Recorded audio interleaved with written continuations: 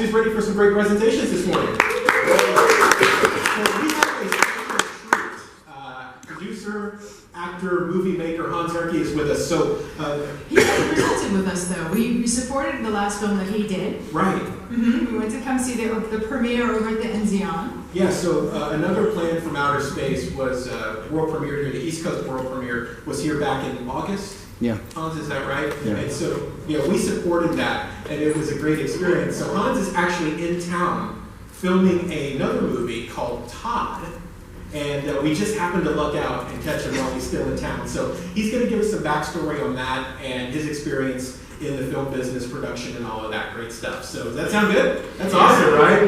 Hans, come on down. Big round of applause.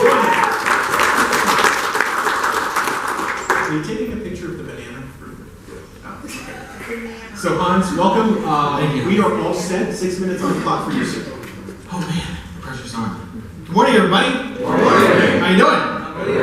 Good. I'm working off 3.5 hours of sleep right now. I got off set at 1 o'clock this morning. We're shooting at a diner near Universal Studios. Shooting a film called Todd here in Orlando, and a lot of people ask me, why are you shooting in Orlando? All my friends out in LA are like, why Orlando? Well, this is where I got my start. I went to high school here, I went to drama class here, and I sort of owe Orlando for getting my career started. Yeah, a lot of interesting things happen. When you're a producer, you gotta learn how to think off the top of your head and keep the ball rolling. And like I said, when your phone doesn't go off, that makes me very happy. So when I got started here, I got started at the Masters Academy. You guys heard of the Masters Academy? Novita? I owe that school a lot of credit to get my start in my career because basically I was going to auditions and going to film shoots while I was in school. And at first they were like, are you going to a job while you're in school? And I said, kind of, sort of, maybe. They said, well, you can't really go to a job while you're in school. I said, okay, but this is going to benefit my career later on down the road because this is what I want to do. I promise you this is going to help me out a lot. And it helped me get into the Screen Actors Guild, all that good stuff. And they said, okay, we'll make you a deal. We will let you go to these film shoots and auditions if you keep up your grades. So that's what I did. I know if I went to public school, they probably would not let me go to any of those stuff. So I owe the Masters Academy a lot of credit for doing that. And this gentleman over here, Chris Schiffermiller, I went to school with him. That's how I came here today in the RC. Chris and I were in a play together, and now I got to put him in my movie, which is awesome. He has a little cameo with Michael Winslow. You guys know Michael Winslow? Yeah? Yeah, he was an absolute ball to work with. And we negotiated a good rate with his agent, and Michael left a happy man on set. That's what I like to hear as a producer. And he actually wants to come back and work with us again. So, yeah, it's been a fun film shoot so far. We got 5 more days left, and we are going to be trying to get it on Netflix, Redbox, go to theaters, and the stuff that we're getting is it's golden. All this stuff happens while you're making a movie, and you have to plan for this stuff to happen and to have that money available on hand.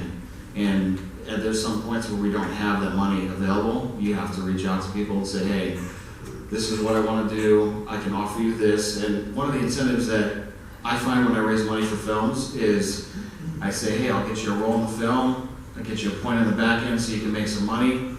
Because no one wants to give $3,000 for no investment in the film if it makes profits, right? It's like going to Apple and buying Apple stock and saying, here, I'll give you $3,000 for Apple stock, but I don't want the stock, I'll just take the iPhone, right? Right, you don't want to give $3,000 for a perk like that. So that's how I've been able to raise some money for this film is by offering those perks. And for people that can give like $100 here and there, I try to help them out and give them a good credit. It's like, hey, $100, you get associate producer credit on a movie with Michael Winslow. How many people can say that, right? So that's one way I raise money. And all those Indiegogo and GoFundMe campaigns, have you guys used those before? It's really hard. It's really stressful to get people to give you even $1 for something. So I stopped using those, and I just go to people directly, and I make a relationship with them, and that's how I get the money. So that's all my story right now. Do you guys have any questions for me? So round of applause for Hans. So Hans, we're gonna we got a couple of questions in the audience here. I know I got some too. So let's start here, Don. Morning. It's always fascinating me how in the world they make money on this stuff, especially independent things. Now, you're going to make the movie, right? Yeah. Then you got to convince a distributor to put it in a theater somewhere, Yeah. or sell it to a TV or something, Mm-hmm. and then you're going to negotiate that down, and there's your revenue stream. Yeah. Yeah, that's basically, You when you make the film, you get a cut together, and you put it on a DVD or an online screen. A lot of stuff is online now, so you just provide a online screen and you send it out to all the distributors with a little cover letter, and you'll have a lot of them come back to you. Like AFM, for example, the American Film Market in Santa Monica, it's a big, huge, like all the distributors from all over the world come to this place, and you can pay a lot of money to get a booth there, have your banner up, and you can have your trailer playing in all the buses that shuttle all the filmmakers to the event, and you're able to sell a film that way. And the last film I did was called Art of the Dead with Tara Reid and Richard Grieco. They had that playing 24 hours a day on these buses, and we had I think about 100 offers from distributors. So that's how you gotta really get it out there. It's all through marketing and showing people your film, and then figuring out what the best deal is, and that you're not getting screwed in the end. So I'm still learning all that too. Yeah, I noticed with Hans that you've got an EBI, Ego Boost investment. It's a good idea, because people's egos, they love to be on screen or the name of it. Exactly, yeah. I wanted to ask, can you give us a gist of what this particular film is about? Todd, okay. I play the main character, Todd. He's sort of a recluse. He's a very eccentric man.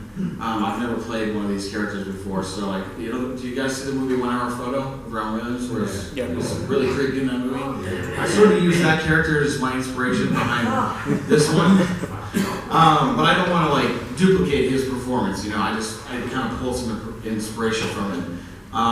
But he plays this really creepy OCD recluse person, and he's seeing this doctor that's failing to help him out, a psychiatrist that's not doing it for him, and he keeps prescribing medications, and it's still not helping Todd out. And then he meets this girl, and he falls in love with this girl, like a weird obsession with this girl. So it's been a very intense character to play. I've never played a character like this before. I wanted to get the challenging scenes out of the way first, and now the stuff that we're doing, like the diner stuff, that's a walk in the park. That was so much fun to play. It's kind of cool how we've been filming this movie. My character's been developing every day and getting all these little quirks and stuff like that. So it's all part of the fun process. But then you got to learn how to shut that off and then go into producer mode as well. And you got to answer all these questions from, hey Hans, any more money for this? Hey Hans, any more money for that? Hey Hans, we're running out of ice. Hey Hans, we need to get food. You got to be ready to answer all those questions and then go back into the character. Good. Over here.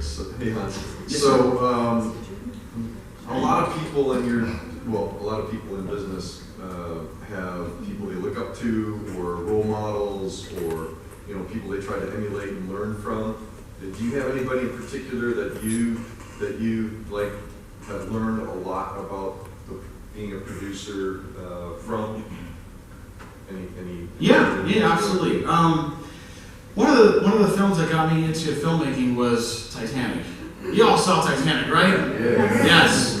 I saw that movie 12 times in the theater because I just loved the production design. It made you feel, it's one of those movies where it makes it feel like you're there on the ship with them. And I loved every minute of that movie, and just all the detail that went into that movie to make it feel like you were there was mind-blowing.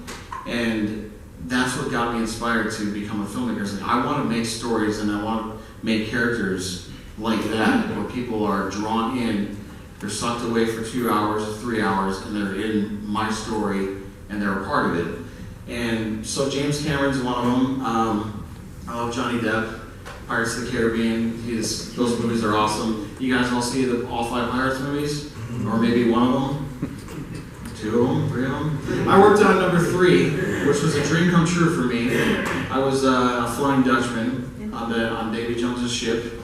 It took me 2 years to get into that spot too, because I helped out with the casting call for that movie. We had 7,000 extras come through. there was people with missing eyes, missing limbs to play pirates. And the casting director told us, all of you guys are helping out. I promise you I'm going to put you in the film. I said, okay, I'm holding you to that. And so 2 years later, I'm like, keep submitting for stuff for that movie, and I never got it. And then my friend told me, hey, you should call and leave a voicemail because they're looking for certain people for these scenes that are coming up. So I called, I left a voicemail, and like a couple hours went by, I said, they probably already got their people that they wanted. And then I got the phone call. She's like, Hans, do you want to be a Flying Dutchman on Pirates 3? I said, you know, I'm waiting 2 years to get the phone call. Yes, I want to do it. So that was a dream come true for me. I loved working on that movie, and just to see what went into that movie too was incredible. Like the ships that were built inside these big hangars, and you know they had like water machines hanging above, and I don't know if you guys remember the big whirlpool scene at the end of the movie. That's the scene that we were doing. So these ships were built on these gimbals that could just turn like this, and they would make these big, I don't know what's the right word, they would make these big banking, so it looked like they were going around this whirlpool. And the water was very cold, getting sprayed on us, but it was fun. I really enjoyed doing that. That's another thing about being an actor, is you get to play these characters that you don't really get to play. So, yes sir. Hang on, Danny. Huh? Coming down. Well, I've got a three-part question. How did you get Michael Winslow? What does he play in the movie? And if you were at liberty to say, what kind of a deal you cut with him? Well, the role is he plays a bartender in this local bar that the doctor goes to after every session that he has with my character. I wonder why. Because that probably drives him nuts.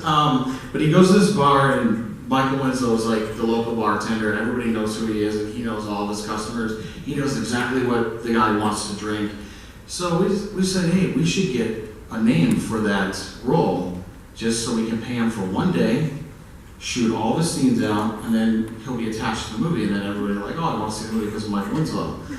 He actually has a very small role, but it's a very important role to Dr. Miller's character. Dr. Miller is played by Aaron Jackson from California Dreams on NBC, and I remember watching that show when I was younger. We watched it religiously on Saturday morning. But Michael, we just reached out to his agent through IMDb Pro. We emailed him. We said, hey, this is the film. We're Screen Actors Guild. We can offer him this X amount of money. And Michael's agent wrote back instantly and said, yeah, we're really interested in doing it. We're like, wow, okay, cool.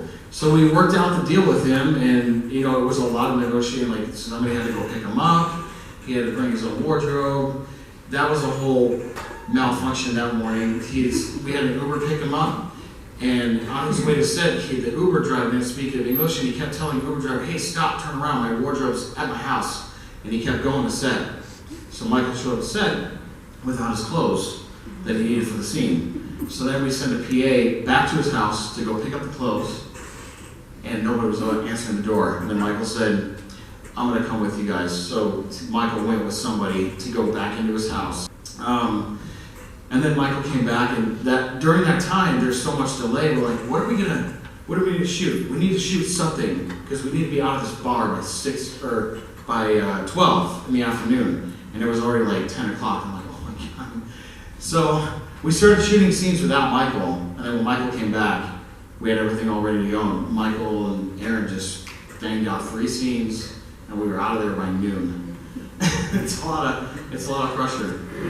So Hans, a good friend of ours, Chris Kremitzos, did The Messengers, the podcast documentary. He was in with us, and he talked about the state of Florida providing credits for film. Have you encountered any of that in your experience filming here? Like, is there an opportunity there for people like yourself, or? Yeah, that's something that the other producers that have been doing. They've been doing a lot of the paperwork. They've been handling all the film commission stuff. They got a permit to shoot in Winter Park literally 2 hours before we were supposed to shoot there.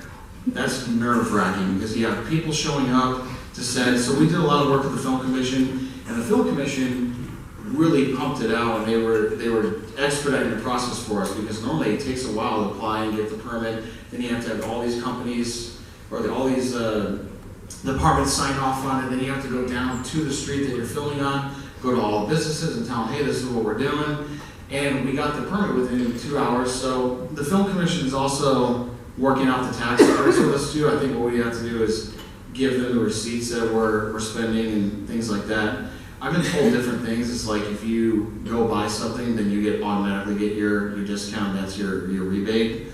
I'm not sure how accurate that is. That was one of the things our producer told us, but we're keeping a record of everything, and we'll be definitely applying for that Okay. when they ask for it.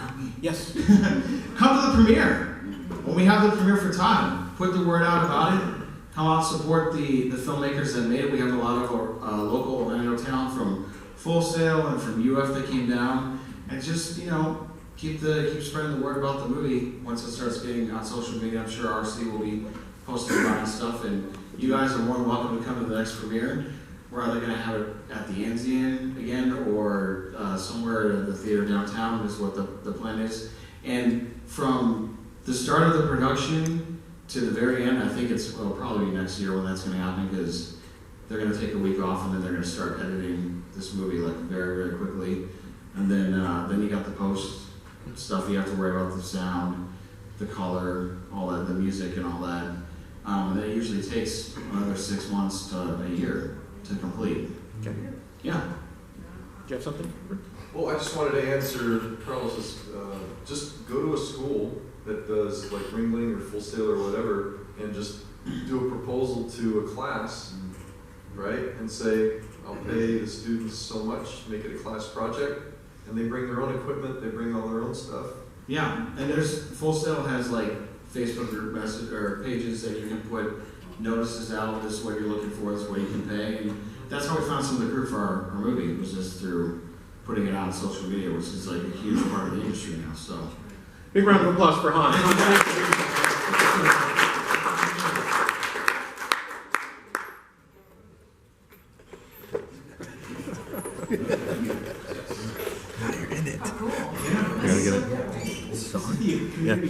All right, cool. Community announcements? I laughed, I cried, it was better than cats.